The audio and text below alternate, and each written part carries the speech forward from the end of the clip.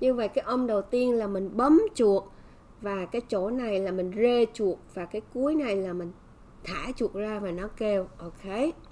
Rồi như vậy không tin thì các bạn mình có thể xem, chọn cái khúc này nè. Cái khúc này là trống, không có gì hết. Cái lúc mà mình đang nghĩ để mình chuyển qua cái hoạt động tiếp theo. Không, mà không có nghe tiếng bấm chuột ha.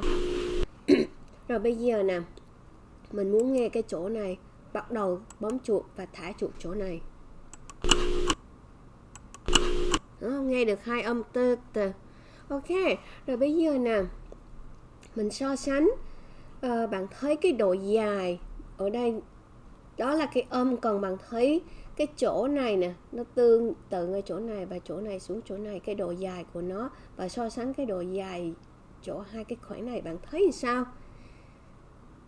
Hoặc là kiếm cái chỗ nào mà dài nè, cái chỗ này dài nè,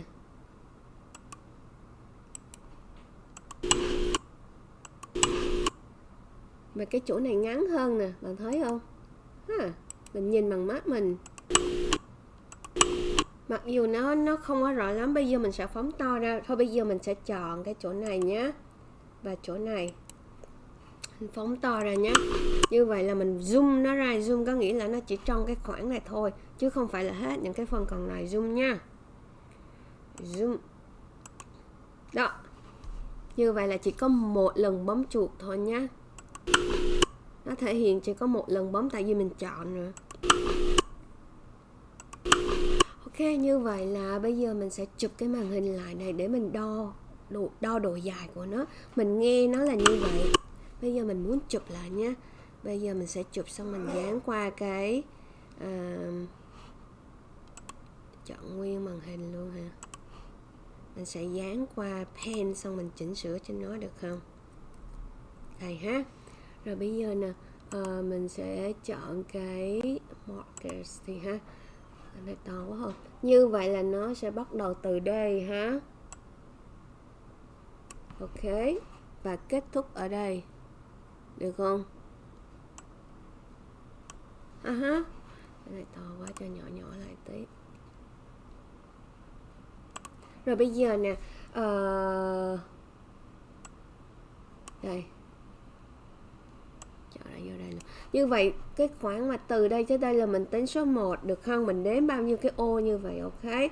Bây giờ cứ một gạch là một ô ha. 1 2 3 4 5 6 7 8 9 10 11 12 13 14 15 16 17 18 19 20 21 22 23.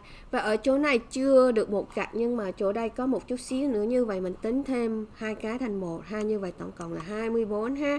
Mình ghi ở đây là 24. Độ dài của nó là bằng 24 cái ô này. Rồi bây giờ mình lưu lại nhé. Chúng tôi là mất số 1 đi. Rồi như vậy cái này nó sẽ có 24. Rồi mất đi rồi. Đây, như vậy từ đây tới đây sẽ là 24. Và bây giờ mình không có zoom nó nữa, mình cho nó về vị trí lúc đầu. Thế như vậy từ đây tới đây nó sẽ là 24 đó các bạn. Bây giờ mình cũng chụp nó lại nha, để mình biết, mình đánh dấu cái chỗ đó là 24 ha. Đây, như vậy cái chỗ này là mình sẽ là 24 ha. Ví dụ gì đây? Đây, từ cái chỗ này qua chỗ này là 24 được ha. Ok, mình ghi 24 nhỏ nhỏ ở đây được không? Như vậy 24 ô ha. Cái này là gì đây? Rồi, bây giờ mình sẽ lưu nó lại. Tiếp theo là 1.1 đi ha, để mình biết cái đó là của cái ô đầu tiên. Rồi bây giờ mình chuyển qua cái thứ hai nhé. Bây giờ mình chọn cái nào? Mình thấy cái nào mà ngắn nhất? Cái nào ngắn nhất? Cái này được không? Đây ha. Rồi mình chọn cái này nha. Nghe nhá. Rồi bây giờ mình sẽ tương tự, mình sẽ phóng to nó ra. Hay là mình chụp cái này luôn đi. Mình cho nó là số 2 nhé. Ok. Như vậy cái này là 24 ha. Ok, như vậy cái này sẽ là cái số 2, 2.1 đi. Và bao nhiêu là chốc nữa mình quay lại ha. 2.1 bao nhiêu, chốc nữa mình sẽ ghi đáp án lại ha. Rồi bây giờ mình sẽ chuyển qua đây, mình zoom nó nhé. Đó, nó đó. Rồi bây giờ mình sẽ chụp cái màn hình nó lại nhé. Rồi bây giờ mình sẽ cho pen là 2.2. Đây là 2.2 đi. Rồi bây giờ chuẩn bị đến nha các bạn. Rồi vẽ một cái đường dài xuống đây. Bắt đầu ha. Ok. Chọn cái này. Đi xuống từ đây. Hai đường viền ha. 2.1. Ok, rồi bây giờ đây cũng là 1 nữa và đây cũng gần nữa cho nó lên 1 nếu như. Ok, rồi bây giờ mình đếm nha. 1 nè, 2, 3, 4, 5, 6, 7, 8, 9, 10, 11, 12, 13, 14, 15, 16, 17. 17 và thêm 17 mà có cái này. 17.5 được không? 17.5 hoặc là 18. Thôi cho 18 luôn được không? Nha. Như vậy ghi ở đây là 18 ha. Gần xấp xỉ 18 thôi chứ cũng chưa được 18 thôi, xấp xỉ ha. Xấp xỉ 18. Rồi, như vậy mình sẽ lưu nó lại. Và mình sẽ mở cái hôm nãy là cái chỗ 2.1 của mình đó. Như vậy mình sẽ ghi ở đây là, xin lỗi nhầm, mình sẽ mở, mình ghi là 18 được không? Ok, 18 ngay cái chỗ này nè.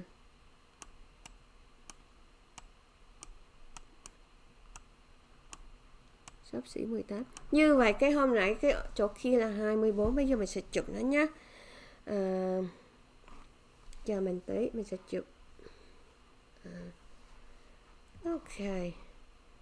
Như vậy cái này là 2.2 đúng không? Ok. Bây giờ mình có thể lên một cái mới.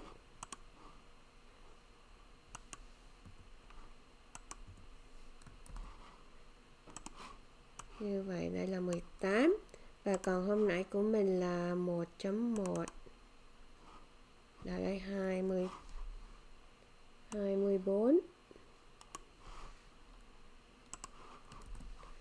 Wow, bạn thấy không? Như vậy là ở đây là đừng có nói ủa sao nó giống nhau, nó bằng nhau mà cái này 24 này 18 không, mà đã phân tích rồi, mình đã quy định cái âm đầu tiên là 24 và âm thứ hai ngắn hơn là 18. Không tin là mình quay lại chỗ này, mình zoom cho nó không có zoom nữa. Thì đây là 18 nè, bạn thấy không? Thấy nó nhiều đây à, còn 24 nó từ đây qua đây. Không, nó dài hơn rồi đúng không các bạn? Ok. Như vậy là bằng cái việc mà sử dụng cái chương trình WASP thể hiện này, mình biết được, mình nghe được, mình cảm nhận được cái âm nào nó dài và âm nào ngắn hơn. Nhưng mà qua cái này nó hiển thị cho mình được là mình thấy được cái làn sóng của nó. Như vậy, ok. Như vậy, để giúp gì cho việc học tiếng Anh, chờ mình tí xíu. Thôi, nói chung là mình sẽ nói cái phần này sau. Mình chỉ trong cái video này mình chỉ nói cho các bạn biết là mình sử dụng đó mình để phân tích cái độ dài của cái âm của mình. Ok, rồi cảm ơn các bạn đã theo dõi. Anh xem thử có cần phải nói cái gì nữa không? Ok, rồi cảm ơn.